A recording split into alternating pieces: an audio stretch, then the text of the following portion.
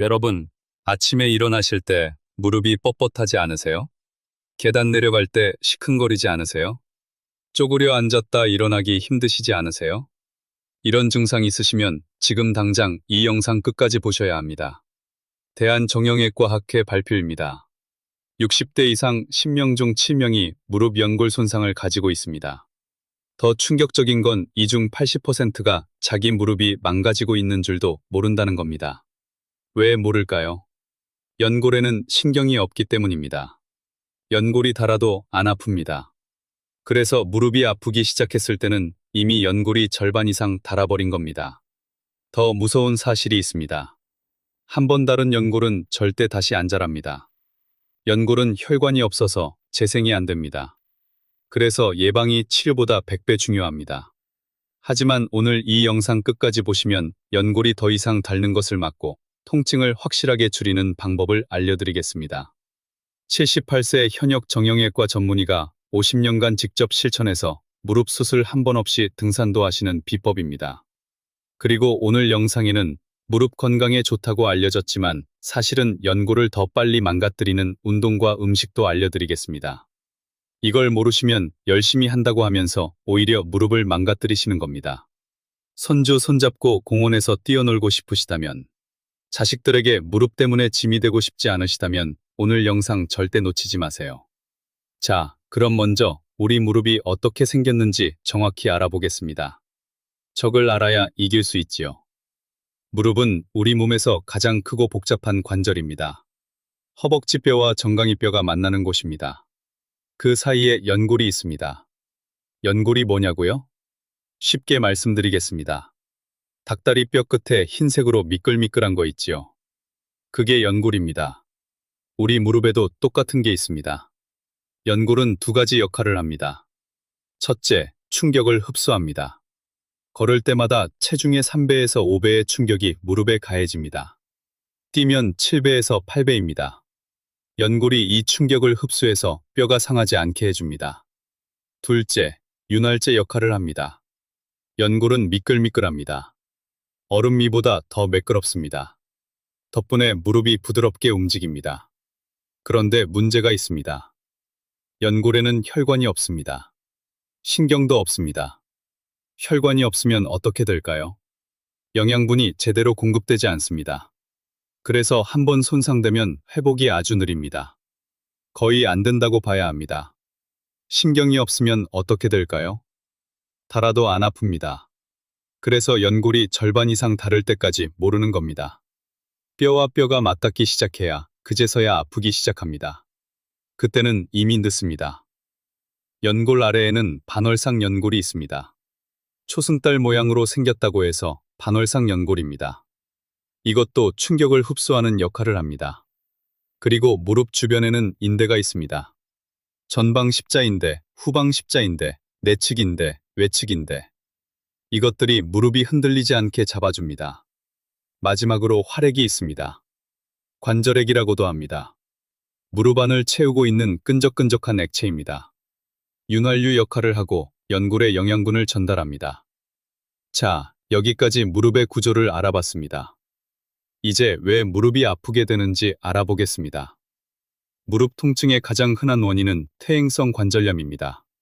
쉽게 말해서 연골이 닳아서 생기는 병입니다. 나이가 들면 누구나 겪게 됩니다. 왜 연골이 닳을까요? 첫째, 나이입니다. 나이가 들면 연골의 수분이 줄어듭니다. 탄력이 떨어집니다. 재생 능력도 약해집니다. 그래서 닳는 속도가 빨라집니다. 둘째, 과체중입니다. 체중이 1kg 늘어나면 무릎에 가해지는 압력은 3kg에서 5kg 늘어납니다. 10kg 비만이시면 무릎에 30kg에서 50kg의 추가 부담이 가는 겁니다. 연골이 빨리 닳을 수밖에 없습니다. 셋째, 무릎 사용 패턴입니다. 쪼그려 앉는 자세가 습관이신 분들은 연골이 빨리 닳습니다.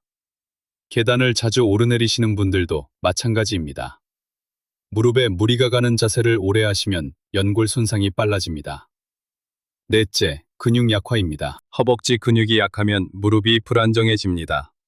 충격이 고스란히 연골에 전달됩니다. 근육이 튼튼하면 충격을 흡수해서 연골을 보호해 줍니다. 다섯째, 과거 부상입니다. 젊었을 때 무릎을 다치신 분들은 나중에 관절염이 올 확률이 높습니다. 인대가 손상되면 무릎이 불안정해져서 연골이 빨리 닳습니다. 혹시 여러분 이런 증상 있으시지 않으세요? 첫째, 아침에 일어나면 무릎이 뻣뻣하십니까? 30분 정도 움직여야 풀리십니까?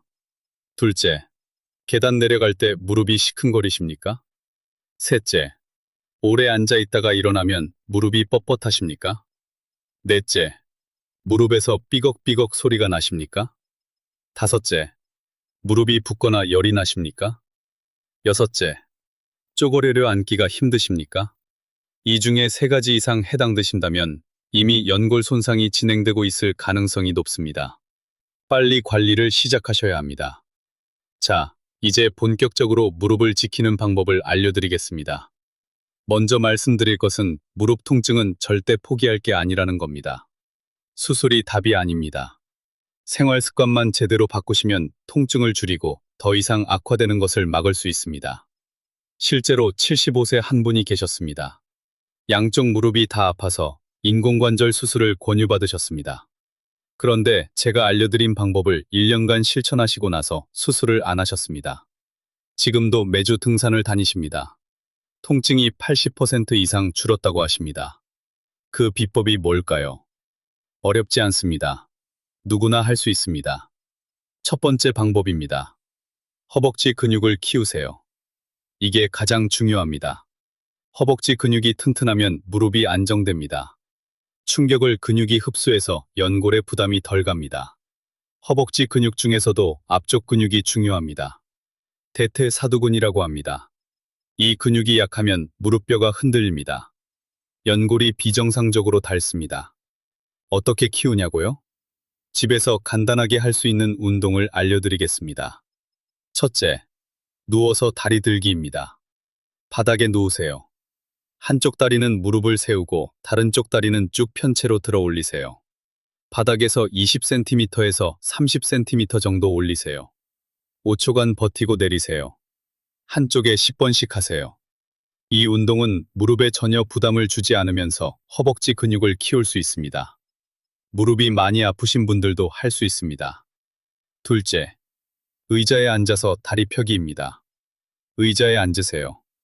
한쪽 다리를 천천히 쭉 펴세요. 발끝을 몸쪽으로 당기세요. 5초간 버티고 내리세요. 한쪽에 10번씩 하세요. 셋째, 벽에 기대고 반 스쿼트입니다. 벽에 등을 기대고 서세요. 발을 벽에서 30cm 정도 앞으로 내세요. 천천히 무릎을 구부리면서 앉으세요. 허벅지가 바닥과 45도 각도가 될 때까지만 내려가세요. 90도까지 내려가시면 안 됩니다. 무릎에 무리가 갑니다. 5초간 버티고 올라오세요. 10번씩 하세요. 이 세 가지 운동을 하루에 10분씩만 하세요. 2주 후부터 효과가 나타나기 시작합니다. 3개월 지나면 확실히 달라집니다. 무릎 통증이 줄고 계단 오르내리기가 편해집니다. 두 번째 방법입니다. 체중을 줄이세요. 아까 말씀드렸지요. 체중 1kg당 무릎의 3배에서 5배의 부담이 갑니다. 뒤집어 말하면 체중을 1kg 줄이면 무릎의 3kg에서 5kg의 부담이 줄어드는 겁니다. 5kg만 빼셔도 무릎의 15kg에서 25kg의 부담이 줄어듭니다. 이 정도면 통증이 확 줄어듭니다. 미국 관절염 재단 연구에 따르면 과체중인 관절염 환자가 체중의 10%를 감량했을 때 무릎 통증이 50% 줄었습니다. 기능도 28% 좋아졌습니다. 급하게 빼실 필요 없습니다. 한 달에 1kg에서 2kg씩 천천히 빼세요. 식사량을 조금 줄이시고 걷기 운동을 하시면 됩니다. 세 번째 방법입니다. 올바르게 걸으세요. 걷기는 무릎에 좋은 운동입니다. 하지만 잘못 걸으시면 오히려 해가 됩니다. 올바르게 걷는 법 알려드리겠습니다. 첫째, 보폭을 너무 넓게 하지 마세요. 보폭이 넓으면 무릎에 충격이 많이 갑니다. 자연스러운 보폭으로 걸으세요. 둘째, 발 뒤꿈치부터 땅에 닿게 하세요. 뒤꿈치, 발바닥, 발가락 순서로 땅을 디드세요. 충격이 분산됩니다. 셋째, 무릎을 쭉 펴고 걷지 마세요. 무릎을 살짝 구부린 상태로 걸으세요. 충격이 흡수됩니다. 넷째, 쿠션이 좋은 신발을 신으세요. 바닥이 딱딱한 신발은 피하세요. 충격이 고스란히 무릎에 전달됩니다. 운동화가 좋습니다. 걷기는 하루 30분, 일주일에 5일 정도가 적당합니다. 한 번에 30분이 힘드시면 10분씩 3번 나눠서 하셔도 됩니다. 네 번째 방법입니다. 쪼그려 앉지 마세요. 쪼그려 앉는 자세가 무릎에 얼마나 안 좋은지 아십니까? 쪼그려 앉으면 무릎의 체중의 7배에서 8배의 압력이 가해집니다. 70kg이시면 무릎에 500kg 이상의 압력이 가는 겁니다.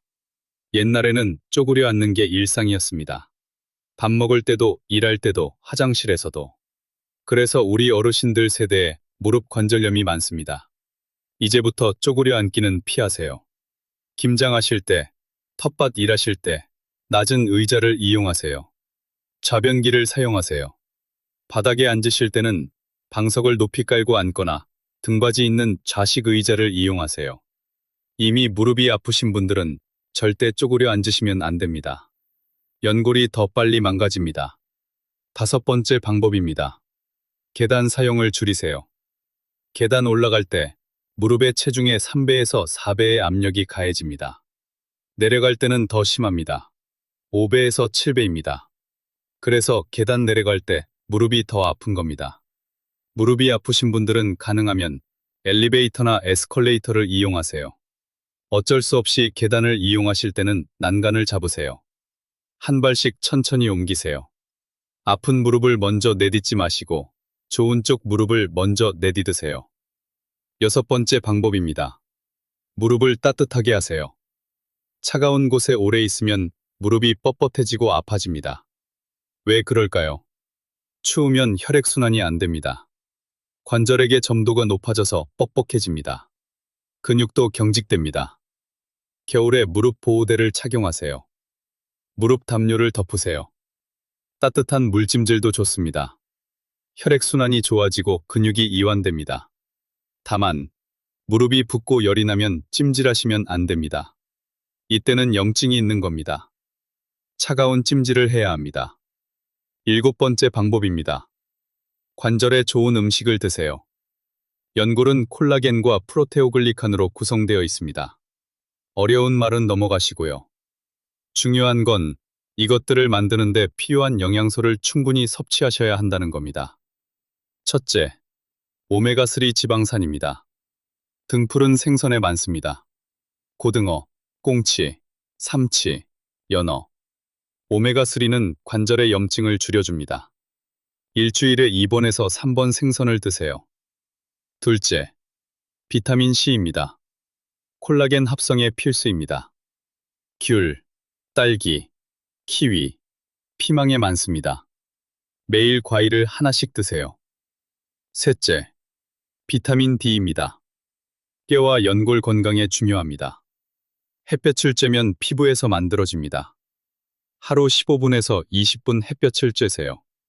겨울에는 비타민 D 보충제를 드시는 것도 좋습니다. 넷째, 단백질입니다. 연골과 근육을 만드는 재료입니다. 달걀, 두부, 닭가슴살, 생선을 충분히 드세요. 다섯째, 글루코사민과 콘드로이친입니다. 연골의 구성 성분입니다. 건강기능식품으로 드실 수 있습니다. 효과가 있다 없다 논란이 있지만 많은 분들이 통증이 줄었다고 하십니다. 석 달 정도 드셔보시고 효과가 있으시면 계속 드시는 것도 방법입니다. 반면에 피하셔야 할 음식도 있습니다. 기름진 음식, 튀김은 염증을 유발합니다. 단 음식, 설탕이 많은 음식도 마찬가지입니다. 술도 관절 건강에 좋지 않습니다. 여덟 번째 방법입니다. 무릎에 안 좋은 운동을 피하세요. 운동이 좋다고 해서 아무 운동이나 하시면 안 됩니다. 무릎에 안 좋은 운동이 있습니다. 첫째, 달리기입니다. 달리면 무릎의 체중의 7배에서 8배의 충격이 가해집니다. 무릎이 아프신 분들은 달리지 마세요. 걷기로 대신하세요. 둘째, 등산 내리막길입니다. 등산 올라갈 때는 그나마 괜찮습니다. 문제는 내려올 때입니다. 내리막길에서 무릎에 엄청난 충격이 가해집니다. 무릎이 아프신 분들은 케이블카나 곤돌라를 이용하시거나 내리막길에서 등산 스틱을 꼭 사용하세요. 셋째, 깊은 스쿼트입니다. 허벅지가 바닥과 평행이 되거나 그 이하로 내려가는 스쿼트는 무릎에 무리가 갑니다. 45도까지만 내려가는 반 스쿼트를 하세요. 넷째, 레그 프레스입니다. 헬스장에서 다리로 무거운 기구를 미는 운동입니다. 무게를 너무 많이 올리면 무릎에 무리가 갑니다. 무릎이 아프신 분들은 피하세요. 다섯째, 점프하는 운동입니다. 줄넘기, 농구, 배구 같은 운동은 무릎에 충격이 많이 갑니다. 피하시는 게 좋습니다. 반면에 무릎에 좋은 운동이 있습니다. 수영입니다. 물속에서는 체중 부담이 거의 없습니다. 그러면서 근육은 단련됩니다. 무릎 환자들에게 가장 좋은 운동입니다. 아쿠아로빅도 좋습니다. 자전거도 좋습니다. 앉아서 하는 운동이라 무릎에 부담이 적습니다. 단, 안장 높이를 잘 맞추셔야 합니다. 안장이 너무 낮으면 무릎이 많이 구부러져서 오히려 안 좋습니다. 페달을 밟았을 때 무릎이 살짝 구부러지는 정도가 적당합니다. 아홉 번째 방법입니다. 약과 주사를 현명하게 사용하세요. 무릎이 아프시면 진통제를 드시게 됩니다. 소염 진통제가 가장 흔합니다. 이부프로펜, 나프록센 같은 약입니다. 염증을 줄이고 통증을 가라앉혀줍니다. 하지만 장기간 드시면 위장에 문제가 생길 수 있습니다. 위염, 위궤양이 올 수 있습니다. 신장에도 안 좋습니다. 그래서 꼭 필요할 때만 의사 선생님 처방대로 드셔야 합니다. 관절 주사도 있습니다. 히알루론산 주사가 가장 흔합니다. 관절에게 성분을 주사로 넣어주는 겁니다. 윤활 기능을 도와줍니다. 보통 일주일에 한 번씩 3주에서 5주 맞습니다. 효과는 사람마다 다릅니다. 효과가 있으신 분은 6개월에서 1년 정도 유지됩니다. 스테로이드 주사도 있습니다. 강력한 항염증 효과가 있습니다. 급성으로 많이 붓고 아플 때 맞습니다. 하지만 자주 맞으시면 안 됩니다. 오히려 연골을 약하게 만들 수 있습니다. 1년에 3회에서 4회 이하로 맞으셔야 합니다. 10번째 방법입니다. 언제 수술을 고려해야 하는지 아세요? 모든 방법을 다 해봤는데도 통증이 심하고 일상생활이 어려우시면 수술을 고려하셔야 합니다. 관절경 수술은 무릎 안에 카메라를 넣어서 손상된 부분을 정리하는 수술입니다. 회복이 빠릅니다. 하지만 효과가 제한적입니다. 연골이 많이 손상된 경우에는 별 효과가 없습니다. 인공관절 수술은 망가진 연골과 뼈를 인공재료로 바꾸는 수술입니다. 연골이 거의 다 닳아서 뼈와 뼈가 맞닿는 말기 관절염에 시행합니다. 수술은 최후의 수단입니다. 인공관절의 수명은 15년에서 20년 정도입니다. 너무 일찍 수술하시면 나중에 재수술을 해야 합니다. 재수술은 첫 수술보다 어렵고 결과도 안 좋습니다. 그래서 할 수 있는 데까지 보존적 치료를 하시다가 정말 안 될 때 수술을 하시는 게 좋습니다. 자, 이제 중요한 내용을 말씀드리겠습니다. 무릎 건강에 대해 많이들 잘못 알고 계신 부분이 있습니다. 첫 번째 오해. 무릎이 아프면 움직이면 안 된다? 잘못된 생각입니다. 움직이지 않으면 근육이 약해집니다. 근육이 약해지면 무릎이 더 불안정해집니다. 통증이 더 심해집니다. 악순환입니다. 물론 아플 때 무리하시면 안 됩니다. 하지만 적당한 운동은 반드시 필요합니다. 통증이 없는 범위에서 꾸준히 움직이셔야 합니다. 아까 말씀드린 허벅지 근육 운동을 하세요. 두 번째 오해. 연골 영양제를 먹으면 연골이 다시 자란다? 아쉽지만 아닙니다. 한 번 다른 연골은 다시 안 자랍니다. 연골 영양제의 역할은 연골이 더 이상 닳는 것을 늦추고 관절에게 점도를 높여서 윤활 기능을 돕는 것입니다. 연골 영양제 먹는다고 다른 연골이 복구되는 게 아닙니다.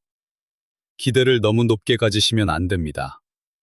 그래도 일부 분들에게는 통증 감소 효과가 있습니다. 드셔보시고 효과가 있으시면 계속 드시는 것도 방법입니다. 세 번째 오해. 무릎이 아프면 무조건 수술해야 한다? 아닙니다. 대부분의 무릎 통증은 수술 없이 관리할 수 있습니다. 운동, 체중 조절, 물리치료, 약물 치료로 충분합니다. 수술은 정말 마지막 수단입니다. 연골이 거의 다 닳아서 뼈와 뼈가 맞닿는 말기 상태에서만 고려합니다. 그 전 단계에서는 보존적 치료가 기본입니다. 네 번째 오해. 무릎에서 소리가 나면 큰 문제다. 무릎에서 삐걱삐걱 뚝뚝 소리가 나시지요. 통증이 없는 소리는 대부분 문제 없습니다. 관절액에서 기포가 터지는 소리이거나 인대가 뼈를 넘어가는 소리입니다. 하지만 소리와 함께 통증이 있거나 붓기가 있으면 문제입니다. 연골 손상이나 반월상 연골 손상일 수 있습니다. 병원에 가셔서 확인해 보세요. 다섯 번째 오해. 젊었을 때는 관절 관리 안 해도 된다? 아닙니다. 관절 건강은 젊었을 때부터 챙겨야 합니다. 한 번 손상된 연골은 회복이 안 됩니다. 예방이 최선입니다. 특히 과체중이시거나 무릎에 무리가 가는 직업을 가지신 분들은 젊었을 때부터 관리하셔야 합니다.